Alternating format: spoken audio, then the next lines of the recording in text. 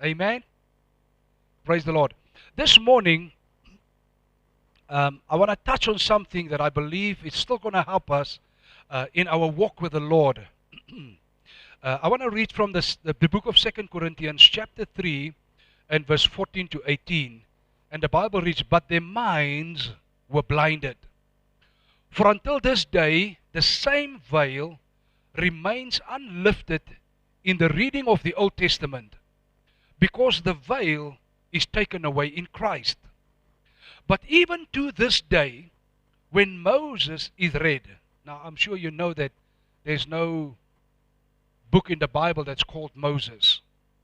So he's speaking about something specific. "But even to this day, when Moses is read, a veil lies on their heart. Nevertheless, when one turns to the Lord, the veil is taken away. Now the Lord is the Spirit, and where the Spirit of the Lord is, there is liberty." Verse 18, "But into the same image from glory to glory, just as by the Spirit of the Lord." I want us to go to the book of Psalms 135, verse 13 to 18. "Your name, O Lord, endures forever. Your fame, O Lord, throughout all generations. For the Lord will judge his people, and he will have compassion on his servants. The idols of the nations are silver and gold, the work of men's hands. They have mouths, but they do not speak. Eyes they have, but they do not see. They have ears, but they do not hear, nor is there any breath in their mouth." Verse 18, "Those who make them are like them. So is everyone who trusts in them." So today I want to touch on something that I've titled, "You become what you behold." You become what you behold. There's a saying that says that you are what you eat. Some people are very healthy because they eat a healthy diet. Some people experience malnutrition. Now, malnutrition or poor nutrition is a serious condition that happens when your diet does not contain the right amount of nutrients. Poor nutrition can refer to undernutrition. It means you're not getting enough nutrients, or overnutrition. It means you are getting more nutrients than what you need. So we have a saying that says, "You are what you eat." Either way, our body starts showing what we consume. Now, the same is true for our soul. You become what you consume in your mind. The Bible says in Proverbs 23 verse 7, the first portion says, "For as he thinks in his heart, so is he." So if we look at man and we say, "But you are what you eat," and then we say, "But you are what you consume in your soul, you are what you think," it's something to understand that you become what you behold. The verse often quoted is a principle of personal development and spiritual focus. It suggests that managing your thoughts are crucial for shaping your future. Oftentimes, Christians wonder, I'm in the same church as my fellow believers. I'm coming to the same prayer meetings. I'm coming to the same teachings of the word. I'm coming to the same celebrations. I'm coming to the same all-night prayers. But somehow, it seems like other Christians' lives are moving forward while my life seemingly is at the same place all the time. You need to understand that your future, your life, is in your own hand. And the things that you allow, the things that you behold, shapes you to become who you are. If you don't like your life right now, if you don't bring change, change will not come. In 5 years from now, You will say, I'm still the same. And these people, they kept moving forward. What is the difference between Christians that are moving forward and Christians that feel like I'm being left behind? It's like when God blesses, He blesses the rest of the church. He does not have my address. It's like when God touches people, He touches everybody around me, but He doesn't touch me. It's like when God moves, He moves on everyone, but He doesn't move on me. Is there something wrong with God? No. The problem is somewhere else. Now currently we are living in what we call the information age. The time that we live in is defined by the rapid global dissemination of information, enabling instantaneous access to knowledge through the internet, mobile and digital technologies. We live in an era where we are bombarded with so much information and everything is screaming for our attention. Listen to this. We are bombarded by various kinds of information. Those of you that do make use of social media platforms, or you are using the search engines, you will start to see something. When you search for anything, it seems like all of a sudden those kinds of things are being presented to you. That is one of the reasons why people who even accidentally have fallen into porn, for them to get out is so difficult, because the algorithms keep bombarding them with the same stuff. And they have to break free. Amen? So the technology is formed around the lust of the eyes, the lust of the flesh, the pride of life. Oh, I have 1 million followers. I'm having 2 million followers. It's the pride of life. You don't even know those people. They don't even know you. They just see you on TikTok or wherever you are, and they started following you because you are funny or you are doing some stuff that people like to see. So we live in an era where technology is set up in such a way that it bombards you to keep your attention on certain things. That is why you can never, I'm not saying sometimes, I say you can never give your cell phone, your tablet, your laptop to your children to serve the web. Never in your life. In my opinion, the biggest mistake parents make is when that little thing is that tall. He just started walking now. When he said, they give them a cell phone. And he starts playing on the cell phone. You are destroying your child. A child's mind is not developed to see these different kinds of images constantly. Like, you make him watch a movie. It's not good for your child, for the well-being of the soul and the growth of your little one. It's not good for them. If you want them to watch a movie, you have to time it 20 minutes, 15 minutes, and stop the thing.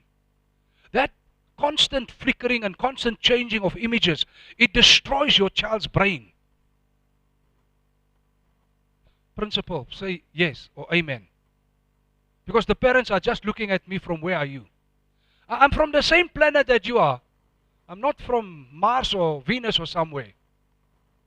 It's happening right here. It's happening to your child. You give your cell phone to your child, and it keeps flickering, and it keeps moving. It destroys your child's ability to concentrate, and many other things. I don't want to speak on that this morning. I want to speak about you become what you behold. And so the world and the time that we live in is formed in such a manner that the world will bombard you and keep you busy for 3-4 hours on your cell phone. And when you switch the thing off, you ask yourself, what actually did I see? What actually did I learn? Did you learn anything after 3 hours on your cell phone? But what will happen to you if you spend 3 hours in your Bible? What will happen with you if you spend 3 hours in prayer? Amen? Now there's a difference. There's a difference. I'm also on my social media because my wife is now pointing me. You are one of them. Yes, I am. I'm watching news. I'm getting informed of what's happening in the world. I'm listening to songs. I'm listening to music. I'm listening to nuggets of teachings. Yes, I'm also using social media to uplift me and to be in the presence of God. Not only to scroll. Yes, when it's rubbish, I'm just going through. I'm not even following what it is. I'm just going, watch until I find some news that's more interesting and teachings and things that you can. So there's nothing wrong with that if you know how to control it wisely. But most Christians are being captured by the lust of the flesh, the lust of the eyes, and the pride of life on that phone. So that's what they use it for. Amen? Now, if you think about this for a moment, just a few years ago, if you wanted to be good at anything, you needed to learn a skill. If you wanted to be a dancer, you needed to go dancing classes. If you want to be a musician, you need to go to musical lessons. And if you want to be an artist, whatever you wanted to be, you had to go and get yourself equipped. And often we paid people to train us and to equip us to become good at this specific thing. But the time that we live in, it's at the press of a button and you can be a singer. It's at the press of a button and you can play a musical instrument. And it's called AI. So AI can do anything for you. It's a matter of fact, you want to write a book, just tell AI, he writes a book for you. You want to make a movie, just tell AI what you want. He makes a movie for you. So all of a sudden, this technology that we have is depriving you and me from our God-given creativity and our God-given skills and talents. Because now I think I'm not good enough. I must use AI. And someone else have never trained for anything. They just go straight to AI and do it. And all of a sudden, the field of competition changes altogether.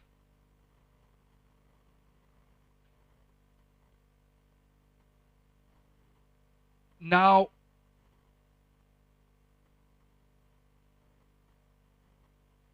it's a matter of fact that some students even ask AI to do their assignments for them. Yes. They are actually learning nothing. They just take all the questions and give it to AI. And AI give them the answers. And they pass well. And they get their degrees. But there's nothing on top there. There's empty. So now they go into the real world where they actually have now to apply the knowledge. But now the thing is empty. Amen? I remember quite a number of years ago, and please, I'm not saying anything. No, let me not give that example. Okay. So many Christians are so preoccupied with what the world says and thinks and predicts that they are being formed and transformed by the world. How many followers do you have? What does your video look like? How many people, how many this, how many that? And so the world has such a massive impact on us. And many Christians and believers are preoccupied on what people who don't even know you think about you on social media. How many likes did I get? How many people sent me kisses? How many people sent me hearts? How many people? How many? You don't even know them. I have 5,000 followers. Who are they? They are following me. Hallelujah. They're following you where? Where are you taking them? You have 10,000 followers. You have 1 million followers. Where are you taking them? Is someone with me? Think about COVID. Is it good we talk about COVID? Think about COVID. How did COVID transform us?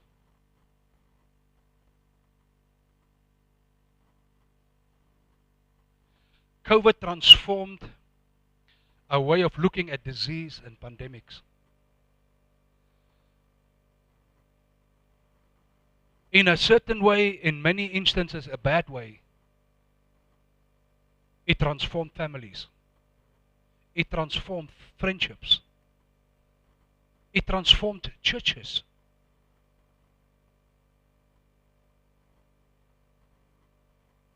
Hey, now we are very quiet.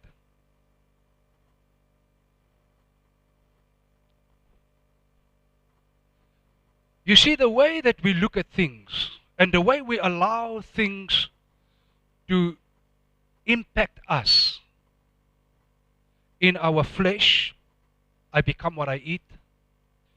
Mentally, intellectually, I become what the world think about me and what I want them to think about me. And I'm under so much pressure through all the different mediums to be someone and to be someone that people like, and people don't even know you, but somewhere someone must like you or like me. And then we get a reality check when something like, in the same family, they started arguing and having fights because they had different views on COVID. Amen? So it's not everything that the world gives us that's beneficial to us. Some things are meant to bring destruction. Some things are meant to destroy. And some, very few things are meant to build up and take you forward. But the last time I checked, the Bible says that your enemy is a destroyer. He's a manslayer from the beginning. So the last time I checked, Satan has no interest in you and me in progressing and becoming something great for God. He has no such intention. So the world does not have that intention.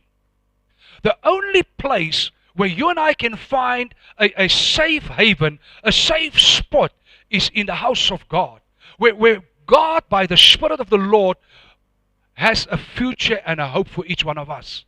And God, the way He wants you to progress. He wants you to move forward. He wants you to become greater. He wants His hand to be upon you. So the only place of progress and blessing is the house of God. In other words, the place where we can find the truth. And remember, truth is a person. He said, I am the way, the truth, and the life. So we're in the place where we can find, and the truth is, there's many gatherings this morning, Jesus is not there. It could have a cross outside, and it could have many things and music and whatnot, but Jesus is most probably not there. Amen? So you need to find a place where there's truth, where Jesus is being manifested, and where Jesus is impacting and transforming your life and my life. Now, if it's true that we become what we eat and think, how true is this for our spirit? Let us look at the scripture again, 2 Corinthians 3, verse 14 to 18. But their minds were blinded, for until this day, the same veil remains unlifted in the reading of the Old Testament. So it's not the Old Testament of the Bible, it's a specific thing. But I'm not speaking about that this morning. Because the veil is taken away in Christ. But even to this day, when Moses is read, a veil lies on their heart. Nevertheless, when one turns to the Lord, the veil is taken away. Now the Lord is the Spirit, and where the Spirit of the Lord is, there is liberty. But we all, with unveiled face, beholding as in a mirror the glory of the Lord, are being transformed into the same image from glory to glory, just as by the Spirit of the Lord. I want to mention a number of things this morning. The first thing I want to mention about this is you become what you behold. The Bible says in verse 18, but we all with unveiled face, beholding as in a mirror the glory of the Lord. In other words, if you are beholding the glory of the Lord, you are being transformed into that glory. Whatever you behold, whatever you spend your energy and your time on, is the thing that's ultimately going to transform you. Psalms 135 verse 18, those who make them, those idols, those who make them are like them. So is everyone who trusts in them. In other words, the Bible warns us that in the world there is a power, there is an influence that can transform us into something. And that's why I said earlier on, you have the power to allow the transformation that you want in your life, in your family, in your career. You have the power. Because whatever you behold is what's going to influence you, and it's the power that's going to transform you. If that power is Jesus, you're going to become more like Him. I believe heaven's gates are going to be opened more rapidly on your life. You will become a success. You will become someone that gives glory to God. But on the other hand, there is a power, and I've spent some time now, there's a power in this world, and the Bible calls Him the God of this world, that is blinding the eyes and the minds of believers. Because the devil knows he's using the world and the worldly influences and the worldly powers, and he uses technology, he uses whatever is at hand to transform us away from Jesus.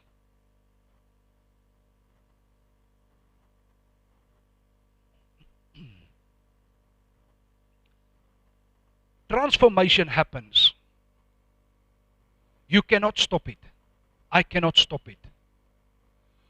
Whatever you behold is what's going to have an impact, and is what's going to transform you. Amen? You can't stop it. If you keep allowing the world to dictate to you who you're supposed to be, what you're supposed to wear, what you're supposed to drive, how much money you're supposed to get, the world is going to destroy you.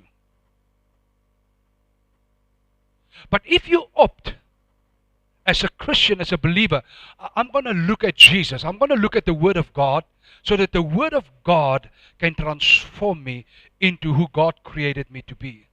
Your life will be happy. Your life will have meaning. You will live content. You will not lust after all these money and the wealth and the riches and the things that the world wants you to believe belong to you. The truth is, beloved, not everyone in this house is a medical doctor. Not everyone in this house has a tertiary education. Not everyone in the house has a good job.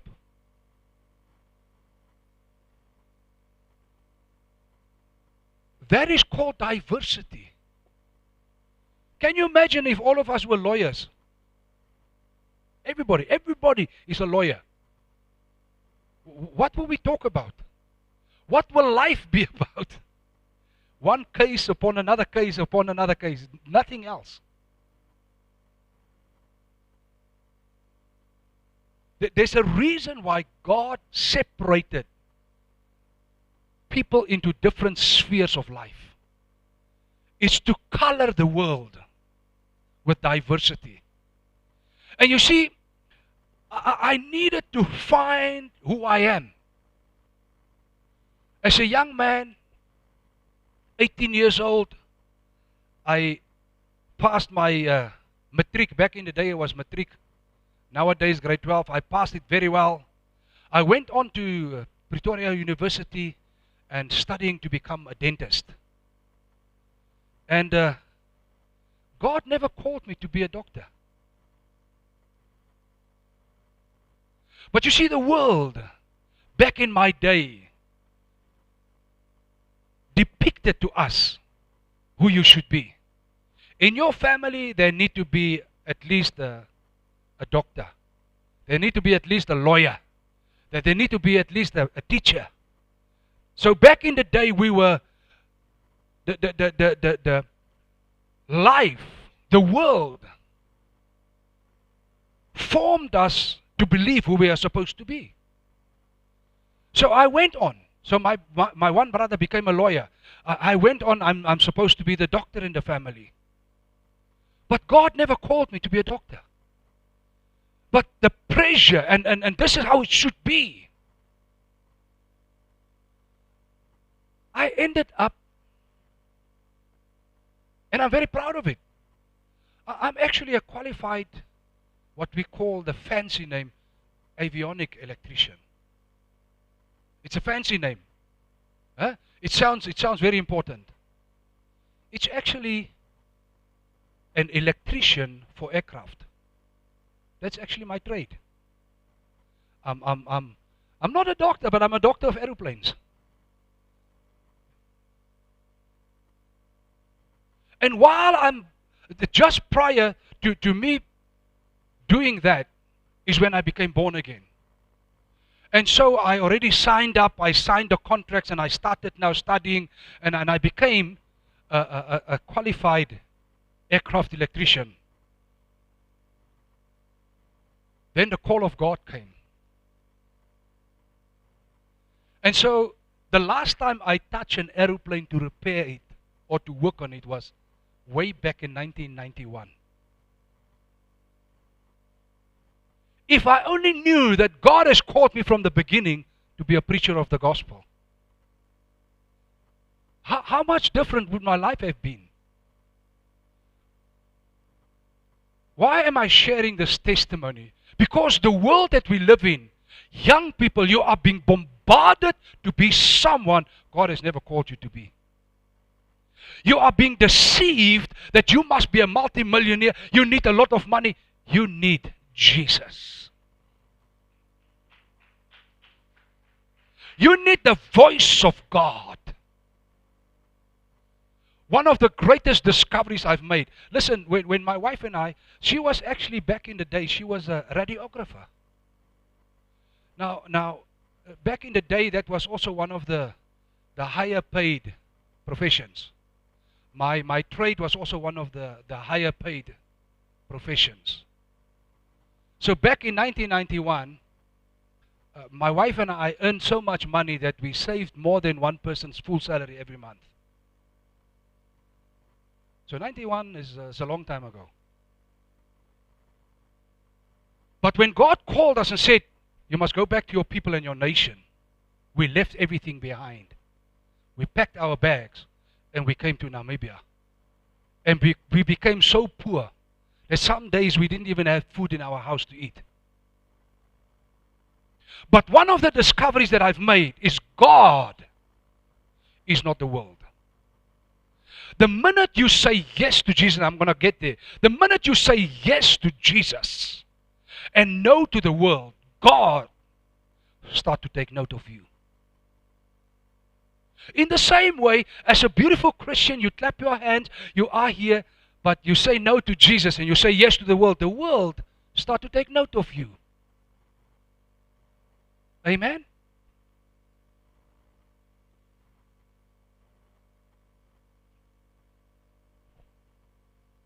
So we are being formed and transformed by the things that we behold. If your eyes are on Jesus, if your eyes are on the word of the Lord, God is going to release the transformation power, the resurrection power to start to transform your life. And you're going to be the person that God wants you to be.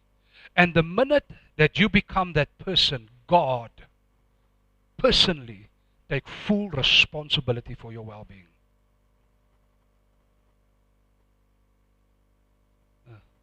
They don't know it, Mama.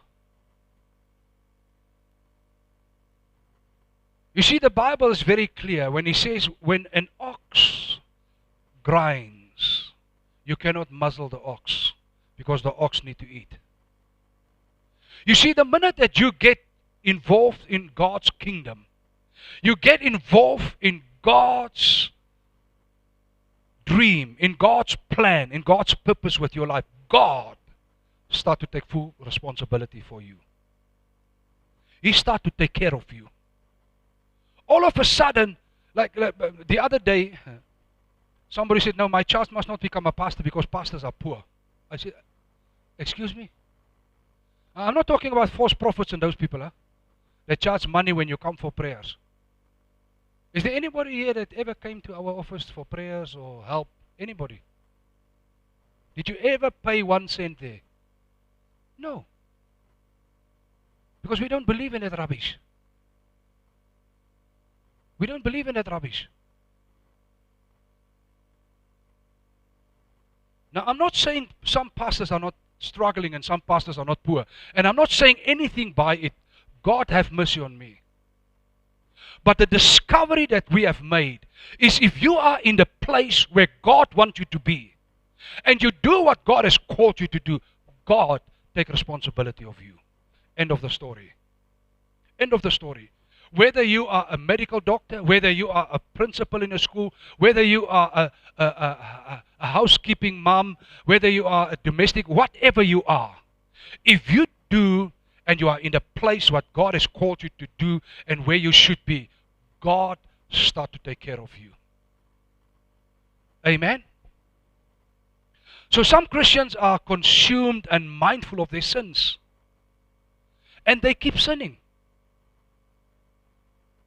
Because their sins are so occupied with sinfulness that they struggle to break free from that life. Some struggle financially. Because the only thing they do is they try to make more money. They try to get more money. Pastor, if I can just get more money. I need more money.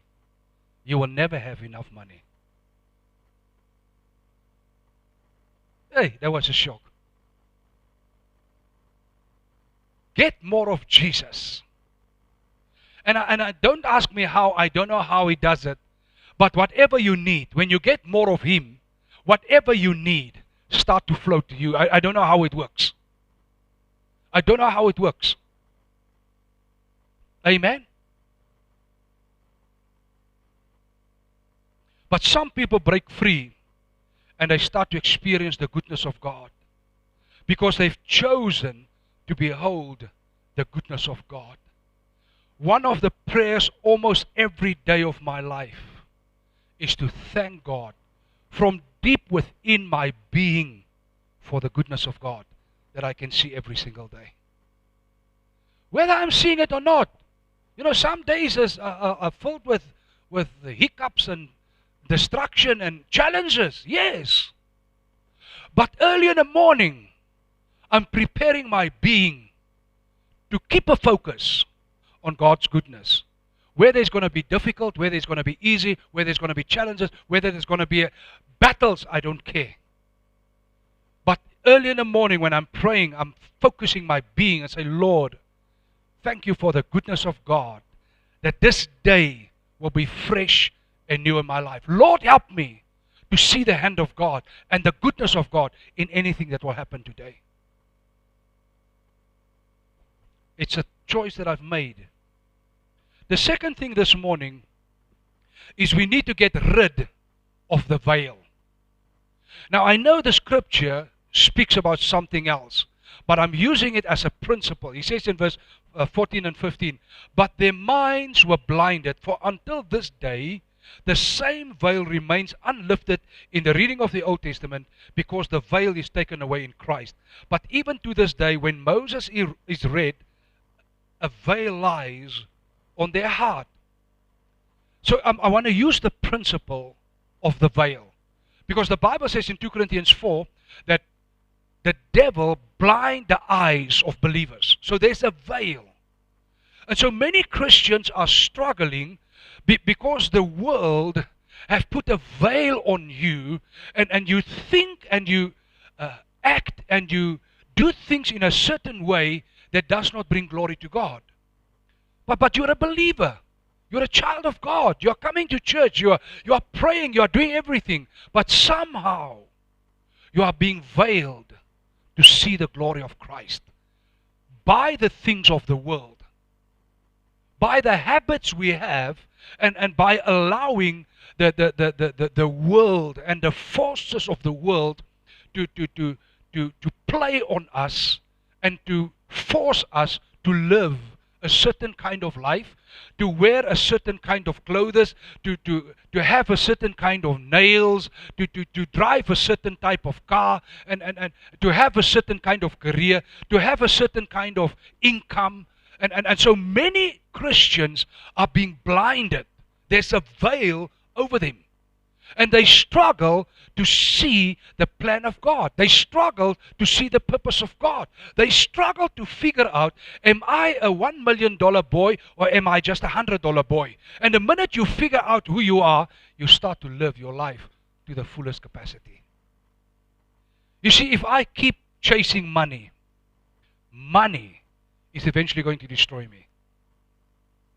But if you keep chasing Jesus, you will never be destroyed. So the things that the world offers us brings limitations on us. But the things that Jesus presents to us, oh my God, it maximizes us to greatness and to greater potential. So which one is better?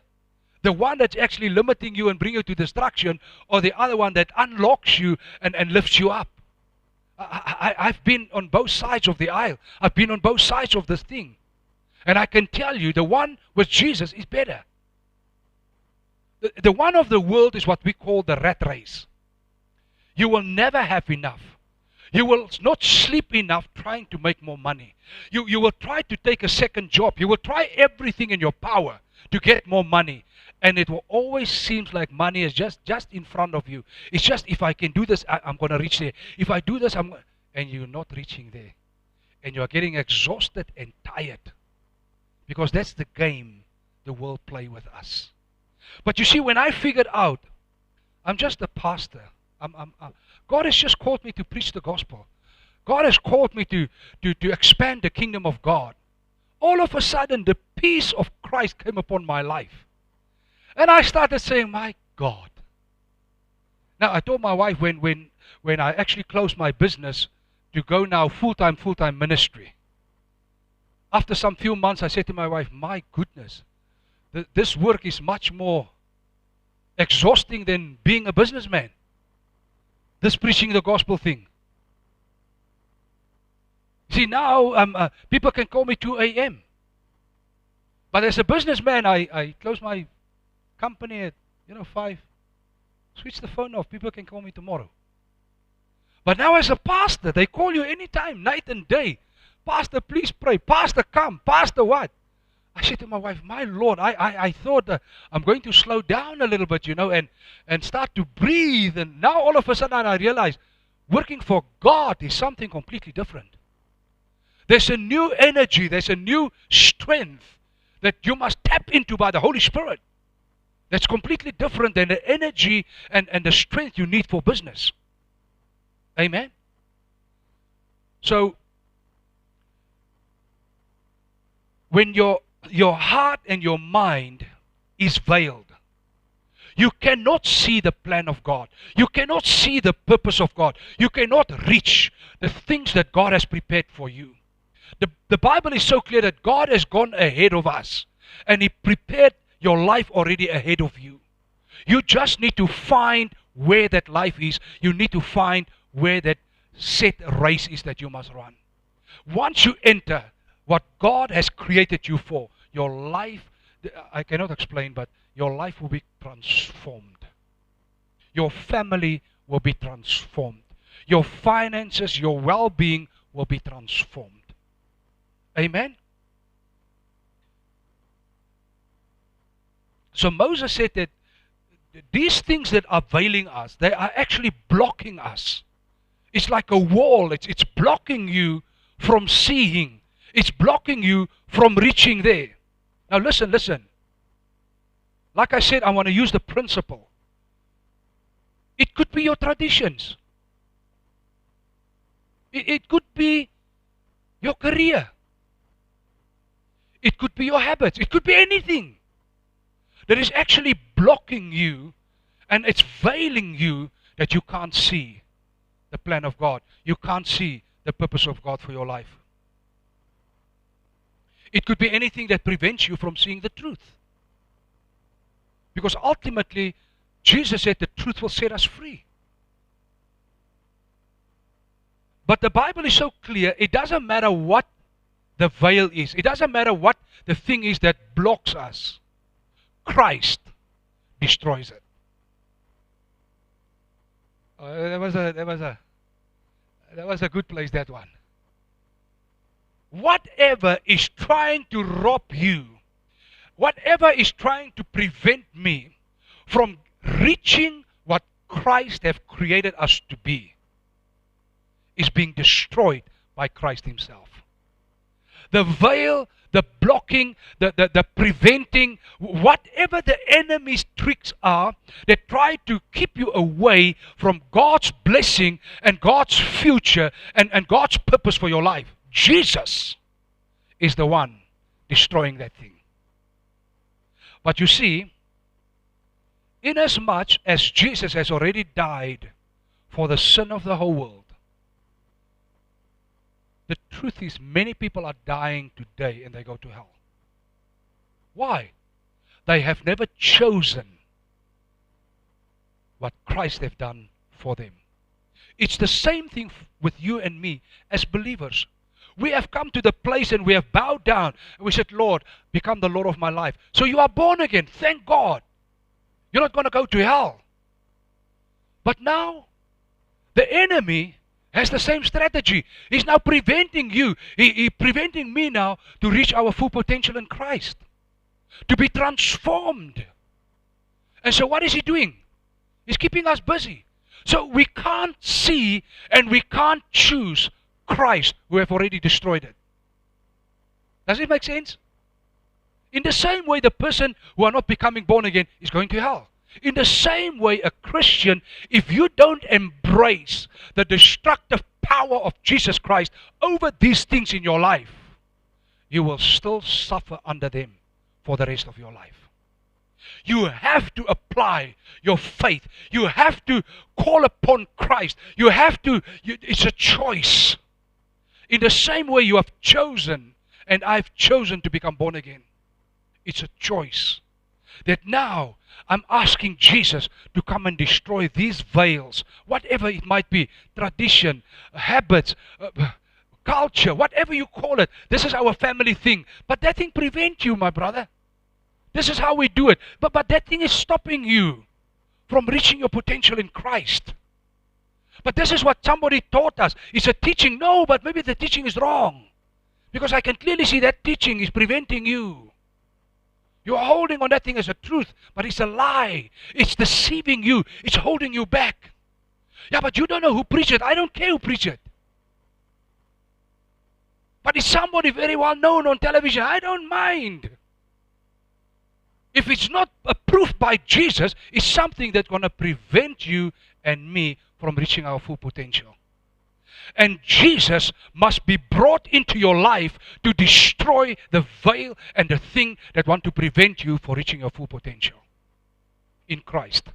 Amen? The truth ultimately destroys the veil. The truth. Like I said earlier on, Jesus is the truth. Number 3, you can kickstart your transformation. Doesn't matter where you are in your journey in life. You might be sitting in this place this morning and say, you know what? For the first time I'm figuring out the reason I'm not excelling, the reason I always feel like there's something holding me back is most probably one of these things that are veiling me, or some of these things that are being put upon me by the world and the enemy. Now, wherever you are in your journey, you can kickstart your transformation.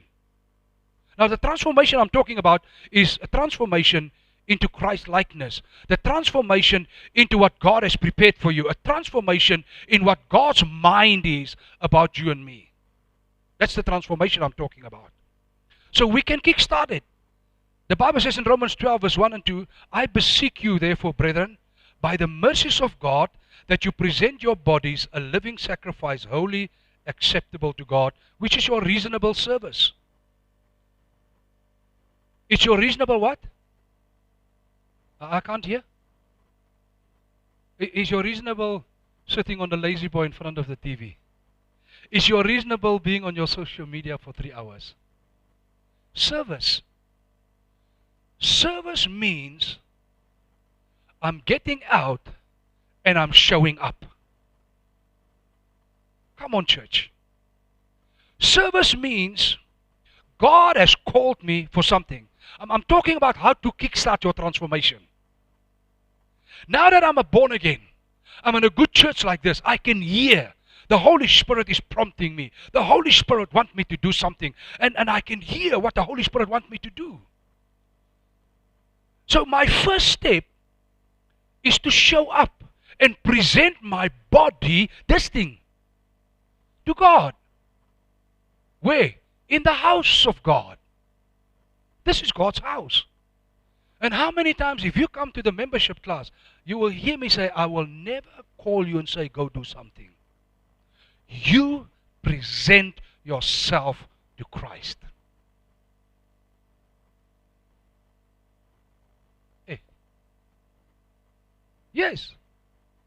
You see, when I tell you, Agrippina, I want you to sweep, I want you to clean, I want you to do this, you expect me to come and say thank you. You have an expectation now of me.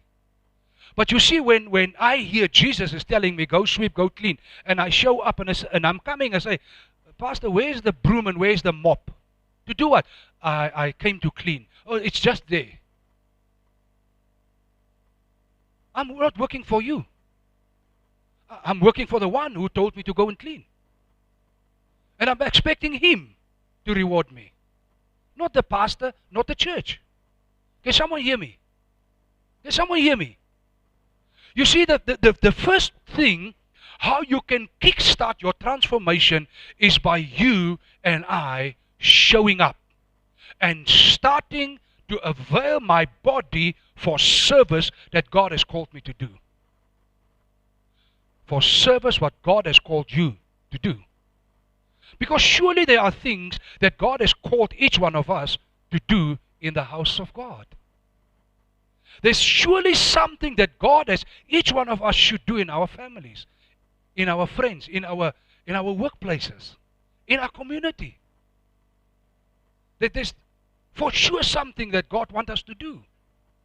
But you see, if I'm waiting for someone to call me, something might come in my heart with a certain expectation from the people who called me.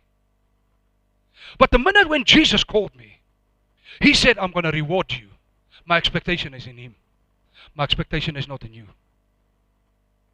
Can someone hear me? Let's continue the verse. He says, which is your reasonable service, verse 2, and do not be conformed to this world, but be transformed by the renewing of your mind, that you may prove what is that good, acceptable, and perfect will of God. How can you kickstart your transformation? Like I said, let your body be a living sacrifice unto God.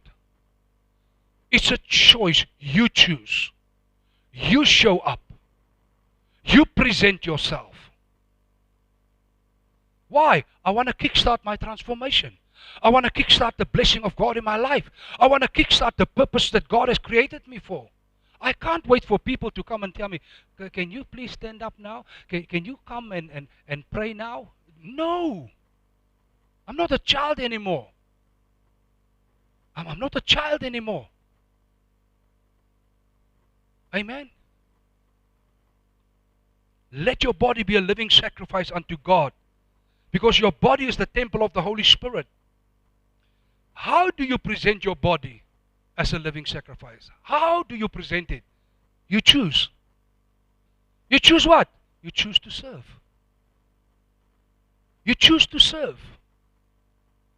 There are so many places in the church where we can serve. Now many of us, we have heard this thing, my body, my choice. Especially the people with the abortion thing, and the LBT, the alphabet community. They like the slogan, my body, my choice.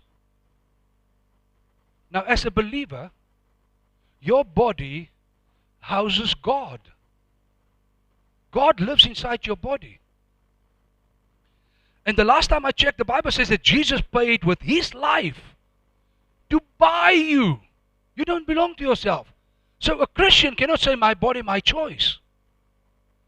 A Christian should say, it's his body, it's his choice. So to kickstart the blessing of God, to kickstart the transformation of God in my life, is I'm showing up because it's His body. And He's telling His body to go and sweep the floors or to go do something in the church. And I'm showing up and I'm presenting myself and I say, the one who stays in this house, who belongs, told me I must come and do something. What? I must come and wash the chairs. There's the lappy, there's the wash the chairs. It's a choice that I have made. In the same way, it is my choice to stay at home. It is my choice to go do what I want. It is my choice. But what about the one who stays inside of you? You don't belong to yourself, you belong to Him. And you are delaying your own progress. You are delaying your own blessing. You are delaying your own purpose that you have been created for by these choices. Instead of saying, I choose. Jesus, you live in me. This body belonged to you. You bought me with a price. You died on that cross for me. Lord, this body belongs to you. What would you like me to do in the church? All of a sudden, the Holy Spirit will tell you what you should go and do in the church. But the pastor didn't call me. Present yourself. Then you come and say, Pastor, I believe the Holy Spirit is telling me I need to come and fix the lights. Please come and do it. Pastor, I believe the Holy Spirit told me I must come and replace the carpets here. Please do it. The Holy Spirit sent me to, please do it. Amen? So, but what are we doing? No, we are not doing that, because to fix the lights is going to cost me a number of bulbs that I must go and buy. And you know, my money is my money. Where's the church money? Did the Holy Spirit tell you to go ask the pastor the money? Or did he go tell you to fix the lights? Did the Holy Spirit send you and say, go ask the pastor for the new carpet money? Or did he say, you must do it? You see what's the difference? Did someone hear me? Now all of a sudden, life has a complete different meaning. I'm showing up because the one I belong to have instructed me how to show up and what to do. Amen? I'm kickstarting God's blessing, God's breakthrough, God's hand in my life. Amen? The first step in being transformed is understanding that your body belongs to the Lord and you willingly choose to yield to His call and His instruction with your body. That simply means you show up. You present yourself. You show up. at church for a worship service. You show up at a prayer meeting. You show up to come and clean. You show up when we have jobs to do. You show up. If you're a musician, you show up. If you're a singer, you show up. I'm not so sure if they. How would you know if you don't show up? How would you know? Is God making a mistake by having you in revival and don't need you here? Hey, I thought the Bible says we are being built up as a holy temple in the Lord. So it means I must show up. My body is a living sacrifice. I'm here for service. Maybe I must usher. Maybe I must do something. Whatever God has called me to do. But if you don't show up, you are withholding your own progress and your own transformation, your own blessing, your own breakthrough. You must show up to save souls. No one need to call you. No one need to remind you. Listen, no one. My wife is not telling me on a Saturday evening, Papa, have you prepared for tomorrow's service? I'm not telling her, Mama, do you remember you are leading the worship tomorrow? Eh? Do you remember? Listen, payday. I don't have to tell my wife, Mama, do you remember your tithe? She instructs me. Today's payday, please pay my tithe to the church. It's you show up. Can someone hear me? You show up. That is how you present your body as a living sacrifice to serve. It's the first place of kickstarting your transformation. Secondly, you must renew your mind. The Word of God should transform the way you think. For that to happen, you must spend time in the Word of God. Reading, studying, meditating, memorizing, praying, and speaking the Word of God. It is a choice. It's a deliberate thing. Now you can imagine, if you spend X amount of time on something that needs your attention, how much more can you not just spend 2 minutes reading one verse? If God is important, you see, that's the problem with Christianity. We think that if I at least have attended the morning service on a Sunday, by grace, hallelujah, my week is fine. It's not true. It's not true.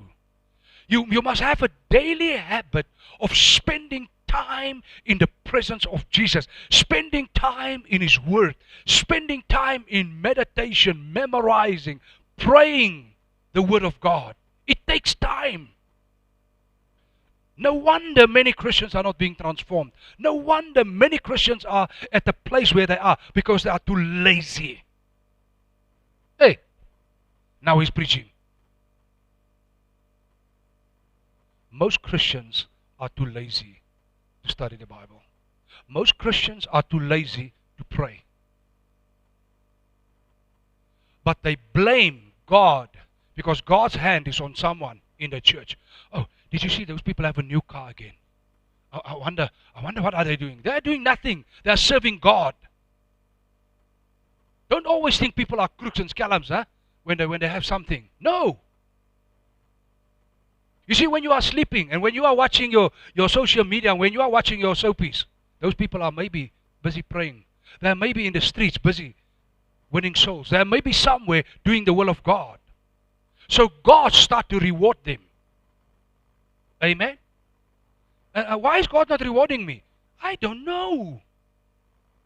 The last time I checked is God rewards those that are doing something. He's not rewarding you for nothing. Come on, church. So must I work? Of course you must work. You've been created to do the good works in Christ Jesus. This is why you've been created. You're not created to sit idle and do nothing and expect heaven to open up over you. Where are you from? Hello? That's the problem. You know, we are so, huh? We are so veiled by the world that the government will sooner or later bring the food. We can just wait, it's coming. I don't have to plant anything. I don't have to be creative. I don't have to do anything. The food truck is coming. So now we are in church, and I can just sit and wait. The blessing is coming. It's not coming. You've been sitting and waiting how many years now? It's not coming. Wake up. The kingdom of God is a kingdom where we show up, we work, and God rewards us for what we have done. Somebody said amen. Did you say amen? Thank you. Because that was a good one. That one. That was something good to take home this morning. God rewards you for what you are doing. So if you do nothing, don't expect anything. That's why you show up. You kickstart your blessing. You show up and you say, here I am. The word of God must enter us, not just through the ears, but into the heart. Many Christians just hear the word entering here, flying out on the other side. 2 hours after service, you can ask them, what did the pastor preach this morning? Yeah. I remember it was very good because I said amen twice. What was the thing about? I remember the song. They sang my beautiful song, the song I love so much. What's the name of the song? I can't remember the name, but they sang it. The word did not enter us. It passed through our ears. But you see, when you study, when you take your notes in the church and you go home, and this afternoon you open up your notes after you rested, and you started going through your notes, and you started meditating on the word, and you start meditating on the principles. And tomorrow, by Wednesday, oh my Lord, you're so on fire, nothing can hold you back. Now you start to preach the same message to your colleagues at work. Why? It came and it entered you. And when something enters you, it starts to produce something. Amen? Number 4 this morning, give the word a place in you. John 8 verse 37b, you seek to kill me because my word has no place in you.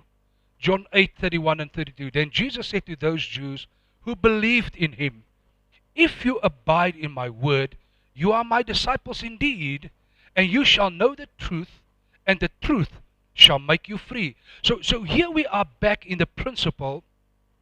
The veil must be destroyed in Christ, and the thing that's destroying the veil is the truth, and the truth is the word of God. So if I don't have the word, I don't have the truth. That is the reason why Satan keep all of us blinded. We can't see. We believe we are right, but the blessing of God is not there. I'm not being transformed. I don't show up for anything in the church because you are being blinded. Because there's no room for the word in your life. John 14 verse 23. Jesus answered and said to him, if anyone loves me, he will keep my word, and my Father will love him. Listen, and we will come to him and make our home with him. My goodness. I don't know about you, but I want him to make his home with me. What does that mean? Let me explain to you something about what we believe in. It's just our belief. When we would go and, like our children have opened up their house for us last week to come and stay with them, we never go empty-handed. Never. Never. Do you think when God makes his home with you, he's going to come empty-handed? Come on, church. No. The best thing we can do is to allow God to come and make his home with us. Because when he comes, he brings everything he has. Hallelujah. How can my body be the place where God makes his home? When I start to abide in His Word. When I start to allow the Word to abide in me. How do I do that? By meditating, praying, studying, memorizing the Word of God. That's how you do it. Now all of a sudden, people start to say, but you're always blessed. It seems like God is always with you. He is. He's at home with me.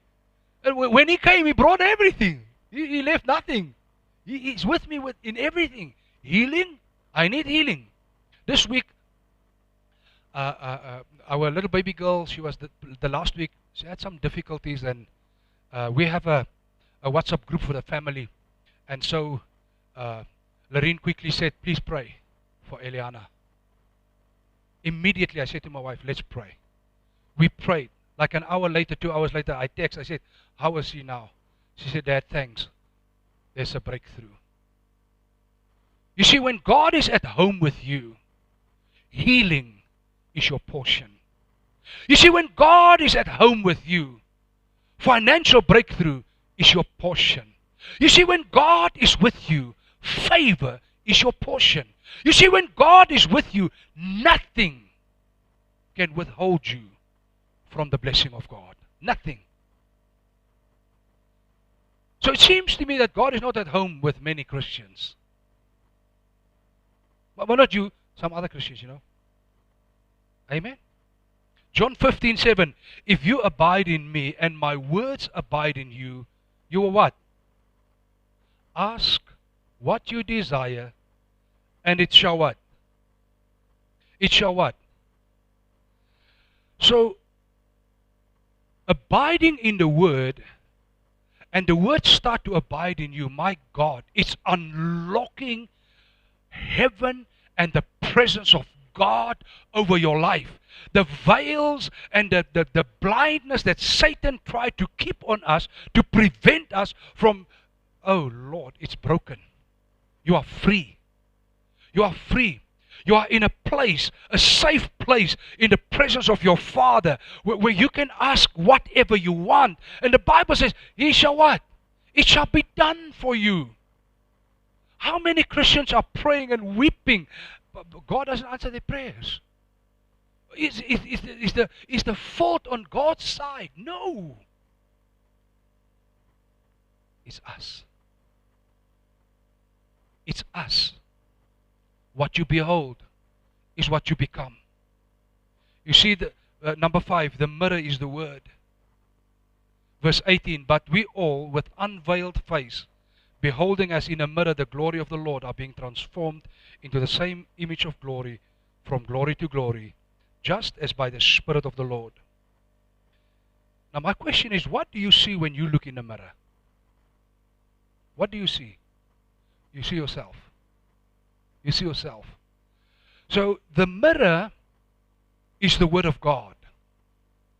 So God was hoping that when you and I start to look in the Word of God, we will start to see Jesus Christ. And when I see Jesus, like in a physical mirror, I see myself now being transformed into who He is. Are we together? But the problem is we are not in the Word. We don't see Jesus. We are on social media. We are busy with the things of the world. The only thing we are preoccupied with is the world. How many likes did I get? How many people is following me? How many people is applauding me? How many people say yes about my thing? But there's no room for what is Jesus' view? What did Jesus say about this? How would Jesus do things? Oh, Pastor, that's for Sunday. This week I'm busy. You know, I'm a businesswoman. I'm a businessman. I have a career. I have places to go and I have people to meet, Pastor. In the week, no, Sunday. That's the problem. That's most Christians' problem. And so when you pray, your prayers are not being answered. The veil is blinding you. The world is distracting you, is keeping you away from the blessing and the promise of God, from the peace. Oh my Lord, no money can buy peace. Jesus is the Prince of Peace. Anxiety and worries, fear, doubt, uncertainties, confusions, because there's no peace. But peace comes by the Prince of Peace. And I just explained to you, if you don't spend time with the Prince of Peace, he might not show up. So I have decided, every morning of my life, I'm going to spend time with this Prince of Peace. Because through the day, I'm going to face challenges. I'm going to face battles. I'm going to face hardships. I'm going to face trials and tribulations. And the Prince of Peace need to be with me. It's a choice that I've made. Amen? What did you choose? When that thing says ting, the first thing you do is lift up and see how many likes went through the night. Ha! Another 15 people liked what I said. We are so blinded. And the world will keep you right where you are. And the algorithms will change, and they will keep you more busy, and they will send more stuff to you, and you will be more occupied with more nonsense. Because that is how the thing is designed to do it. Amen? So why is our church web page not moving on the clouds? None of you are going and liking the teaching or the video, this morning's sermon. None of you. But Pastor, I don't have time. But you're on Facebook now. You're on YouTube now. But Pastor, I'm busy with, this thing can make money. I know. The other day I watched a parent. I think the child is 5 or 6 years old. They are videoing that child, everything the child speaks, everything the child does. And that child, those millions that are following them on those funny things the child do, is actually creating the income for the parents to live at home and do nothing and just video the child, whatever the child is doing. I said, my God, is this a real job? Huh? Is this even a real job? Well, it's parenting. Okay. Maybe parenting is a real job. But I'm not depriving you from having that kind of career or having that kind of a job or having that kind of income. I'm not depriving you. I'm just asking. While you are there, why are you not liking the church? You know? But Pastor, my followers, they're not in the church thing. Oh. Okay, now it makes sense. So you are also not really in the church thing. As long as you just go to heaven, you are fine. All your million followers, they can go to hell. No, but Pastor, that's not what I'm saying. Now, what are you saying? Because I don't hear. I don't follow. Amen? Beloved, what you behold is what you're going to become. If we are going to allow the world to keep us in a rap with all the defilement, whether good or bad, not everything is evil. But if something is withholding you from the presence of God, my suggestion would be, get it out of your life. Get that thing out of your life. It's more important. You know, you don't know how much time, and I'm not threatening you, please. None of us know how much time we have to prepare for our eternity. You only have this life to prepare. So make sure that whatever you do, that you spend enough time for what you want in eternity. Because eternity is going to be non-stop. It's going to be non-stop. Amen? So don't allow the world and the things of this world to deprive you from also investing your life here on earth for your future in heaven. Amen? That's all I'm trying to say. So when the things that you are going to behold on planet earth are the things that are going to shape you, there's going to be a power released on your life that will transform you to be that. If you are going to be a TikToker, you're going to be a TikToker. Amen? If you're going to be a YouTuber, you're going to be a YouTuber. But if you're going to choose to be a Christian, be a Christian. Don't be a Christian because you want to go to heaven. Be a Christian because Jesus paid his life and his price for you, and he bought you, and you belong to him now. He lives inside of you. Now, kickstart your life with Christ. How? Show up. Present your body as a living sacrifice for service. Allow the word to transform your mind. How? Studying, reading, memorizing, meditating, praying the word of God, and then start to speak it. You will be shocked how quickly you learn when you start to tell people the word of God. You'll be shocked. You'll be shocked. All of a sudden, while you are talking, the Holy Spirit will say, you are telling them that, but you're not even doing it. Hey. You need to repent. You see, but if you never speak the word, you don't hear the Holy Spirit saying, how can you tell them, but you're not doing it? Practice what you preach. Amen? Hallelujah.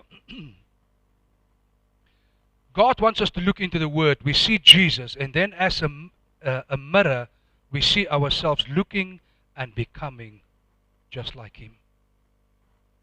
It's all about the Word. It's all about Jesus. Amen. I want you to stand on your feet, please, this morning with me. Hallelujah. You can put your hands together for Jesus. I have 5 questions that I'm going to ask you. For those of you that are new, I'm calling this thing Points to Ponder.